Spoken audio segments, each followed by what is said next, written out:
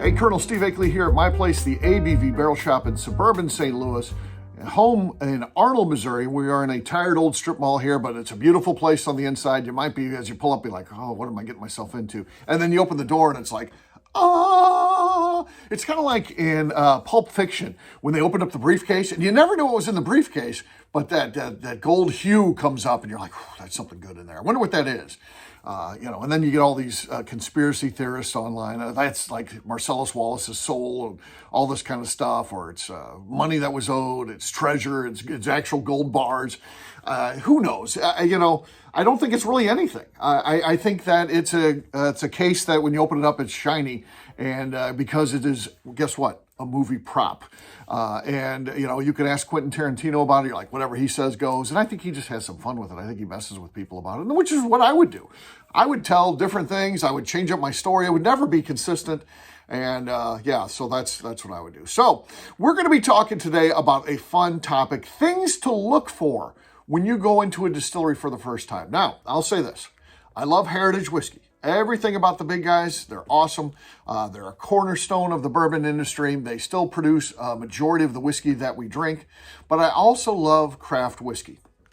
What I will say about this, at its worst, craft whiskey is some of the worst whiskey you'll ever taste. It's undrinkable. At its best, it's the other end of the spectrum. It's literally the best whiskey that you can get.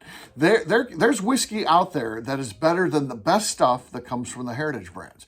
But you have to look for the right people. I mean, there's all people from all different walks of life that get into this business. You know, when you get something that was very hot and people think that they can make a lot of money with it, they jump in. And, when you see brands like Penelope and it's hundreds of $millions it sells for, people are like, I can do this. I can get in on this, or, whatever it is.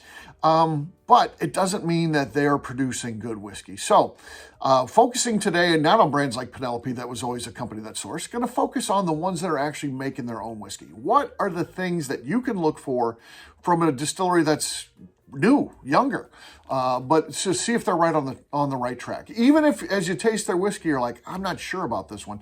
That's okay. Year and a half, 2-year-old, 2.5-year-old whiskey doesn't necessarily indicate how good the whiskey is going to be down the road for that company. So you do always give them a little bit of benefit of the doubt, but I'm telling you what, you can look for some things and know if you're kind of wasting your time what they're doing. So now here's the list that I came up with. There's more to it than that. There's certainly things that you could add to this discussion. Please do so in the comments. Number one, I think is important. Do they experiment? Are they doing more things than typically just, like they're baking a cake? So every day they come in and they bake the same cake. What I mean by that is every day they come in and they measure out the ingredients and they do things the exact same way every single day, because they'll tell you, well, I want consistency. But in reality, they're not an artisan. They're trying to use the science to their advantage of utilizing a recipe. And it's kind of like the difference between cooking and baking. With baking, you have to, measure your ingredients and be very specific. But you get someone who's a good cook and knows kind of what they're doing their way around the kitchen, and they're not looking at a recipe book. They're just throwing ingredients together and things like that.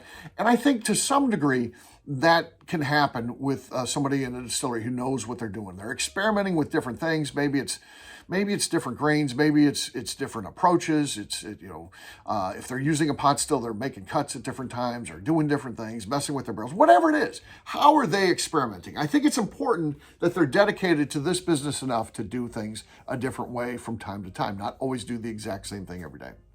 Number two, this is one that isn't a direct tie-in, but I found that it is, very important. And you might not see, a connection at all. How does this help you make better whiskey? Well, it does, believe it or not. Are they bourbon historians? Do they care about history?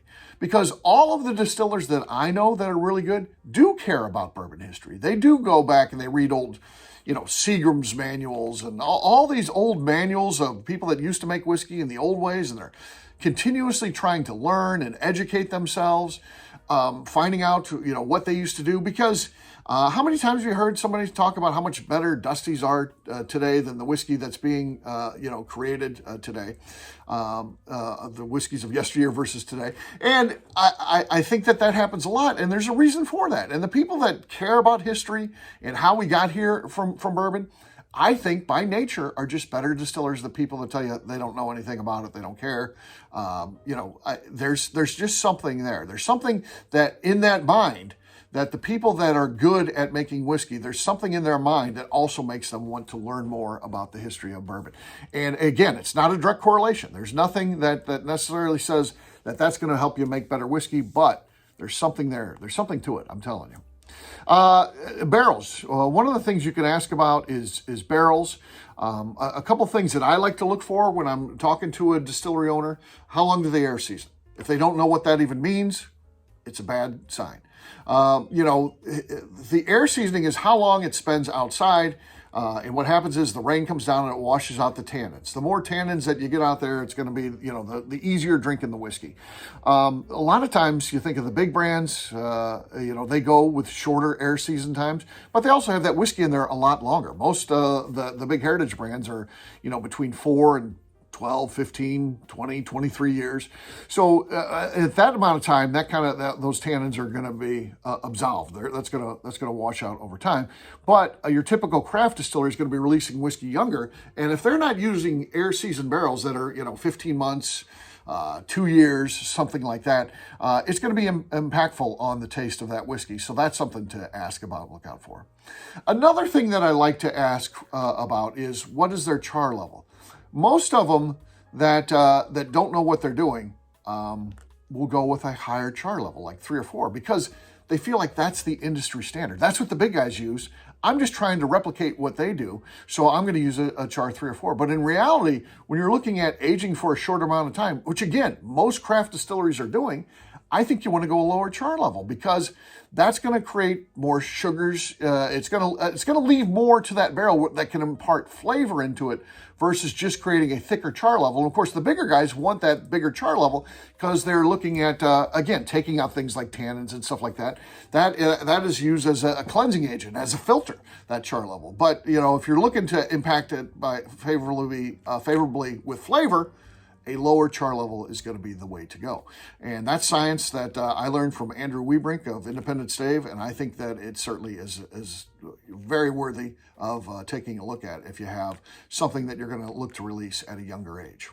Pot stills versus column stills. I like the idea of a pot still for a craft distillery. If they're using a column still, I want to know what they're doing. Now, if they're looking at coming online and being a big deal, like I always say, like my buddy Jim Rutledge was looking at opening a distillery. He wanted to spend like $30 million. He wanted a big column still because his idea was, when he was going to open, sure, he might be defined under craft initially, but he was quickly going to become a nationwide distiller, where his goal was to get, distribution in every state. And you might need a column still to do something like that.